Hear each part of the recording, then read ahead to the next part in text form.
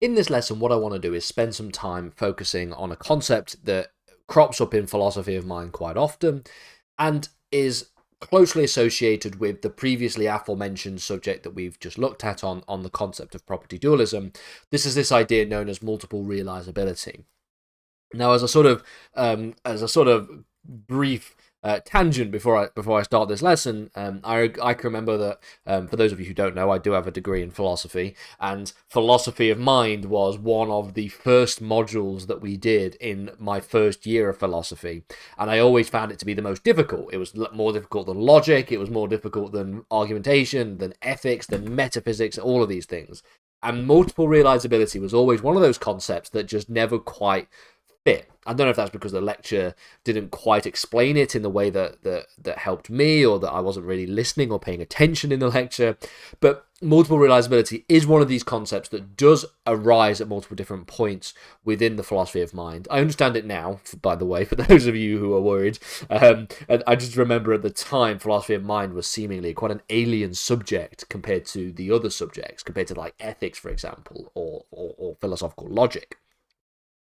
This lesson is going to expand on the subject of property dualism from the previous video, and we're focusing on this idea of multiple realizability. And multiple realizability is seemingly one of the logical consequences of property dualist philosophy.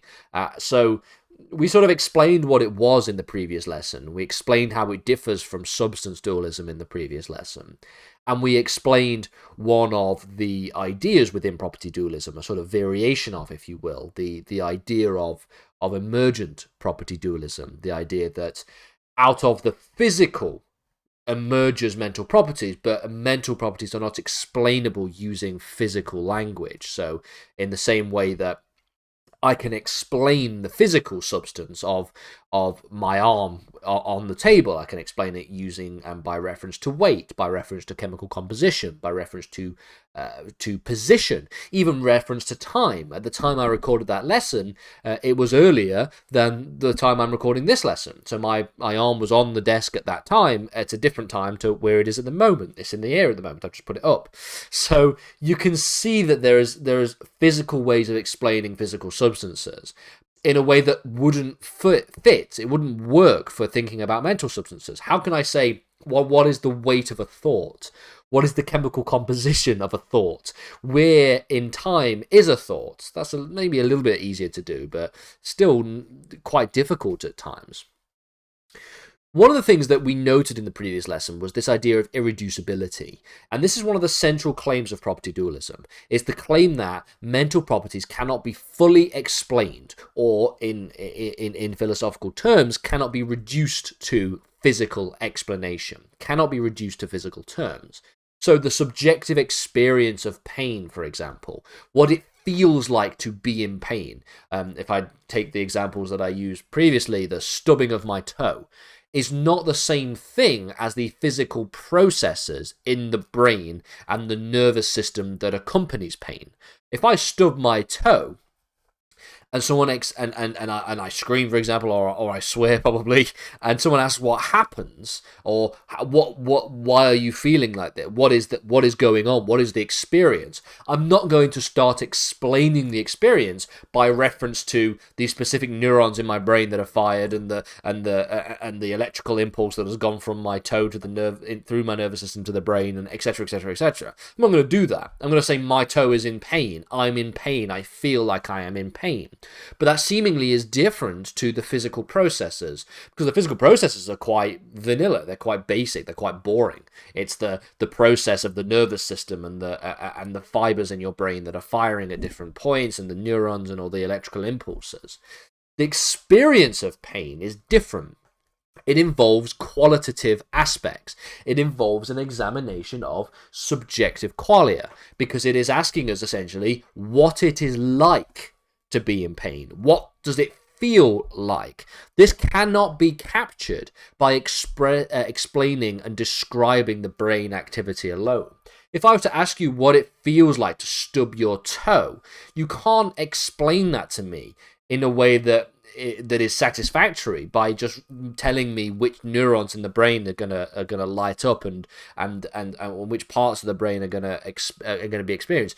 You're gonna tell me what it feels like. You're gonna tell me that it feels like the most painful thing on planet Earth is happening, or it's like a nuclear bomb has gone off on your toe. That's what it actually feels like when you stub your toe.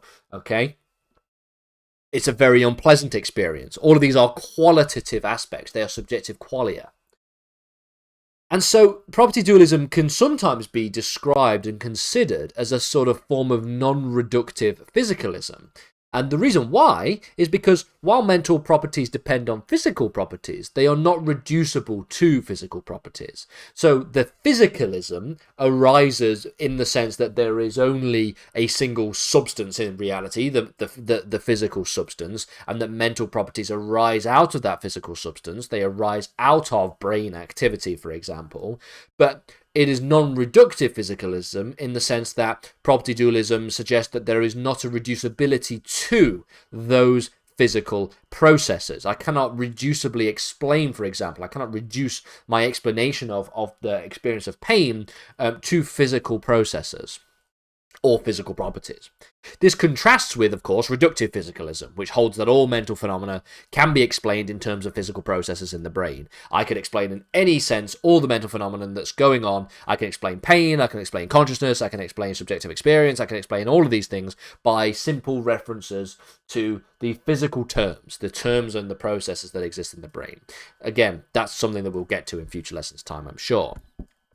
A property dualist will argue that even if science could explain all of these physical processes, even if I could know with 100% accuracy, scientifically, objectively, what is happening in the brain when I stub my toe, this would still not capture the subjective aspects of consciousness, like, for example, the feeling of pain, the seeing of the color red, for example. We'll get to that when we look at the Mary experiment or the Mary problem or thought experiment in future lessons. These are instead not physical things that are physical features of the mind or cannot be reducible to physical features of the mind. They are qualitative experiences. And so within this sort of realm of understanding, we get to the question of multiple realizability in the philosophy of mind. This is an argument in favor of property dualism, actually. And this argument essentially posits that the same mental property or mental state, like, for example, a belief or an experience, a feeling or a sensation, okay, could be realized by different physical states in different organisms. All right? This is what multiple realizability means. So, for example, both humans and animals might experience pain. But the physical structures and processes that underlie pain could be very different in each species. And what this suggests, therefore, is that mental properties are not identical to physical properties, but are instead distinct and multiply realizable. So, let's say, for example, I'm going to try and remember back nearly 10 years ago to the example that my lecturer, that my professor used when thinking about multiple realizability in the past. The idea of, let's say, an alien comes down, okay? An alien that has a completely different brain, it has a completely different biology, it has a completely different nervous system, and it experiences things, or at least it has physical processes that are completely different. They are completely alien, as the name might be, to us as people. Let's say then that alien goes and stubs its toe on the same bit of floor that I did and experiences pain. Well, that's an example of a mental state being multiply realizable, because that alien might then communicate in alien language the experience that they just had, the experience of being in pain, and the feeling of what it's like, the subjective qualia of pain and being in pain, despite the fact that they are completely different in terms of the physical structures that underlie that pain. Maybe when I'm in pain, certain parts of the brain light up and cause significant issues and cause pain.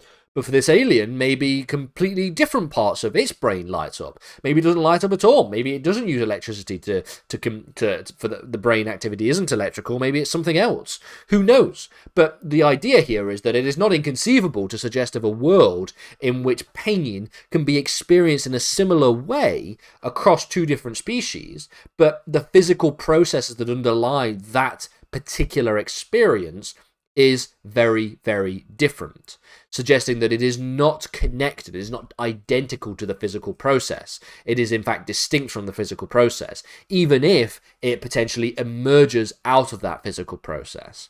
This is what we mean by multiple realizability, and it is an argument that is seemingly supposed to support an idea of property dualism.